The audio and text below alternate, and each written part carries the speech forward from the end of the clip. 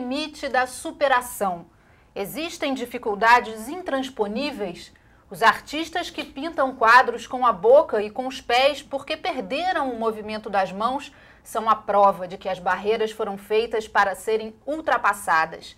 E dois desses artistas estão aqui no estúdio para conversar comigo. Marcelo Cunha, Luciano Alves, bem-vindos. Também aqui para o bate-papo o deputado Márcio Pacheco, presidente da Comissão da Pessoa Portadora de Deficiência da Alerj. Lembrando que no próximo bloco o artista Jefferson Maia vai estar aqui com a gente. Eu gostaria de começar a conversa falando sobre a história de vocês. Marcelo, como foi o seu começo na pintura? Eu comecei em 1991 a minha trajetória, porque foi quando ocorreu o meu acidente, mergulho em cachoeira, em Casimiro de Abreu. E ali eu comecei a me questionar o que eu ia fazer da minha vida. 3 anos após o meu acidente, tive o privilégio de ver um outro artista pintando com a boca. Foi uma visão maravilhosa, assim, porque eu vivia no questionamento muito grande do que eu faria da minha vida. Você tinha quantos anos nessa época? Eu tinha 21 anos na época. Você ainda não tinha uma profissão definida? Não, eu era desenhista gráfico na época. Ah, então você já tinha uma aproximação com a arte. Mas eu não tinha o que fazer, assim, eu não tinha nenhuma perspectiva. O que a gente tem hoje da associação em termos de divulgação em todas as mídias, a gente não tinha nada praticamente na época. Então, quando eu vi aquele camarada pintando com a boca, eu falei, caramba, é isso que eu vou fazer.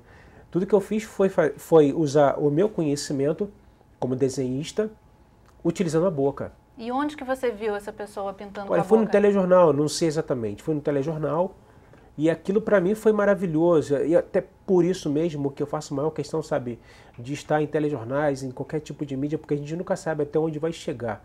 Porque naquele dia, para mim, foi um dia maravilhoso, porque minha vida mudou desde então. Comecei a desenhar, depois comecei a pintar no ano seguinte. Em 97 fiz a minha primeira exposição em São Paulo. E desde então minha vida não parou. Minha vida artística, né? E eu descobri essa via artística de uma maneira assim, maravilhosa. Não imaginava a dimensão que ela tomaria, as pessoas que eu conheceria, sabe? Os músicos que eu viveria. E até mesmo me conhecer. Então, assim, ser conhecido foi uma coisa que foi acontecendo. Então, para mim foi muito gostoso. E você, Luciano, como é que foi o seu começo com a pintura?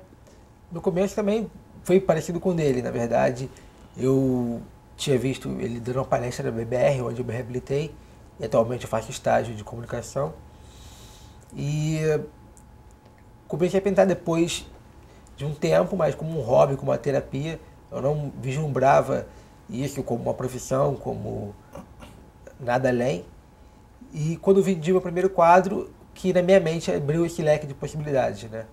E a arte, ela se transformou tanto um instrumento da minha inclusão social, quanto me possibilitou viajar, dando palestras e fazendo exposições e mostrando que realmente não há limite quando a gente quer. E há quanto tempo você está pintando? Eu pinto desde 2003, né? A princípio com a técnica de guache, depois acrílico e agora também pinto óleo e partindo para outras técnicas. E vocês dois pintam com a boca? Sim. Pintamos com a boca. Com a boca. Deputado, a Alerj está recebendo a exposição que eles dois participam e o Jefferson, que vai estar aqui no segundo bloco com a gente, participa também. Como é que surgiu a ideia da exposição na comissão? Primeiro, eu tive a alegria de conhecê-los com os seus trabalhos quando eu ainda era vereador da cidade.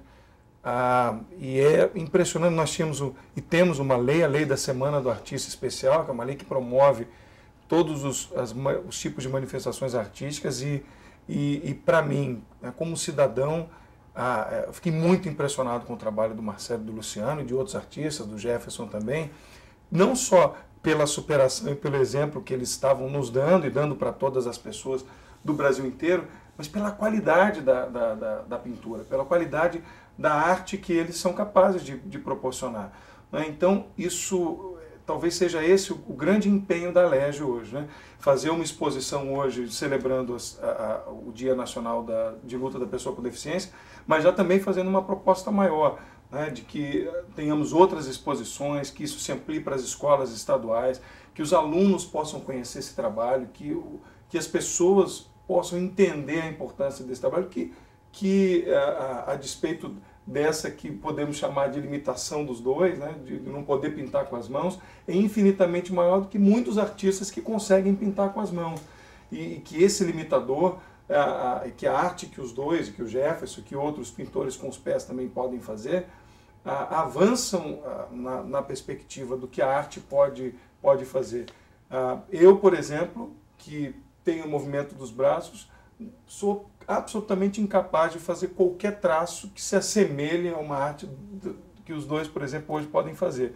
O que nos prova absolutamente que a arte ela consegue igualar de forma perene a todas as pessoas, absolutamente a todas as pessoas. E que se nós, como poder público, dermos todas as possibilidades para as pessoas com deficiência, elas podem chegar no infinito, como eles mesmos já disseram aqui para nós. Eu queria que vocês falassem um pouquinho sobre o processo de aprendizado. Alguém ensinou a técnica para vocês? Vocês foram autodidatas? Marcelo, fala primeiro. Em pintura eu sou autodidata, mas o conhecimento técnico de desenho, isso eu aprendi antes do meu acidente. Como eu falei para você, eu era desenhista gráfico, formado em desenho artístico e publicitário. Isso me deu noção de perspectiva, né, luz, cor, uma série de fatores. E aí comecei na pintura. Foi uma coisa que a gente vai descobrindo, porque a maior dificuldade para mim foi a condição física, porque ela, por ser mais limitada, o movimento de pescoço, mas com o tempo, o treino, sabe, isso foi melhorando cada vez mais, mas o início se deu muito antes, de verdade, foi desde a infância que eu descobri que eu tinha esse tino artístico, sabe. Mas você teve um mestre, um professor? Não, não tive, foi totalmente autodidata e foi só colocando em prática todo o conhecimento do curso, e não foram poucos, né? E a minha busca também foi muito intensa através de literaturas. Eu acho que isso é muito importante, que nós tenhamos uma busca, não somente se fechar ali naquilo que a gente conhece. Eu acho que em todas as áreas da nossa vida isso é importante, que a gente busque conhecimento de outras pessoas que fazem isso de teórica e praticamente, né? E você, Luciano, como é que você chegou a essa técnica que você tem hoje? Você teve um professor?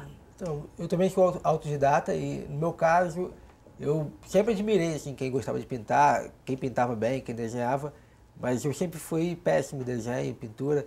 Antes do acidente, inclusive, trabalho de colégio, eu ficava com a parte de pesquisa, de escrever, mas nunca a parte artística, né? Inclusive, antes do acidente, eu matava o último tempo de aula de artes para treinar vôlei, que eu era federado de vôlei de praia, né? Eu era atleta e matava justamente o último tempo de aula de arte, né? Então, depois do acidente, quando eu comecei a pintar, foi completamente despretensioso, né? Não imaginava nunca que isso se tornaria na minha vida o que se tornou hoje, né? Então, quando eu vendi o primeiro quadro, eu sempre fui muito perfeccionista, eu comecei a buscar todas as possibilidades dentro da arte, né? Literaturas, desenvolver técnicas, desenho, ler bastante. Eu ficava 14, 15 horas por dia pintando, desenhando, lendo. E a partir daí que eu fui aperfeiçoando até hoje, né? E como eu digo, não existe um limite, é uma busca sem fim, né? Quem busca a perfeição nunca está satisfeito. E eu acho que é o mesmo espírito que move eu, Marcelo e todos nós que buscamos transpor as barreiras diárias. E vocês já tiveram a oportunidade de ensinar para alguém? Já tive a oportunidade, porque eu já tive alguns cursos de pintura para adolescentes, para crianças, para pessoas de terceira idade. E eu também promovo oficinas, né? Até mesmo para que as pessoas possam vivenciar um pouco do que é pintar com a boca e com os pés, como é a realidade dos artistas da Associação dos Pintores. E é fascinante porque as pessoas não têm noção do quanto podem fazer, do quanto os limites são mais na sua cabeça. E muitas vezes, quando a gente começa a oficina, aí a gente coloca que a proposta é que eles pintem por um tempo com a boca e com os pés. E aí eles descobrem que podem pintar muito mais do que podem e ficam felizes. Tive algumas pessoas que fizeram aula comigo, hoje são artistas, né? Tem seu ateliê.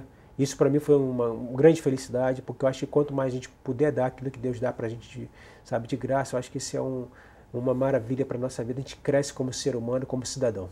Você já teve essa oportunidade? Então, no meu caso, como eu disse, eu estou na BBR, né, agora como estagiário, e eu tive a oportunidade de ajudar uma menina que hoje em dia ela faz parte da nossa associação, né, e ela chegou lá em depressão, né, porque ela tomou um tiro, no caso, e ela estava sem perspectiva, né, de vida.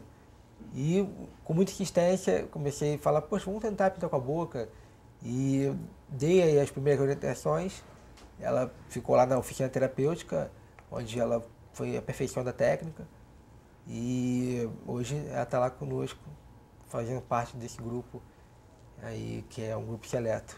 É isso que eu queria falar um pouco dessa seleção que eles fazem, que eu acho incrível, né? Para ser da associação, não só para a gente basta explicar o que é a associação. Eu acho que não basta só saber pintar com a boca e os pés, para ter qualidade, não é isso? E é isso que é muito bacana, ou seja, a arte defendida na sua qualidade, na sua maneira de desenvolver. O nosso apoio da Assembleia é divulgar o trabalho deles. Eu acho que o poder público precisa mostrar para a sociedade que tanto a associação como os artistas precisam dizer para a sociedade que ela precisa derrubar as barreiras atitudinais, porque nós somos capazes de vencê-las todas, né? E é isso que eu mais admiro no trabalho da associação, o fato de que eles primam por essa qualidade, né? Ou seja, dar o melhor independente da sua limitação. É isso que é muito importante. Deputado, a gente vai falar mais sobre a associação no segundo bloco. Agora eu queria me despedir do Luciano, que depois a gente vai conversar com o Jefferson Maia. A gente vai para o intervalo, é rápido, só um minutinho.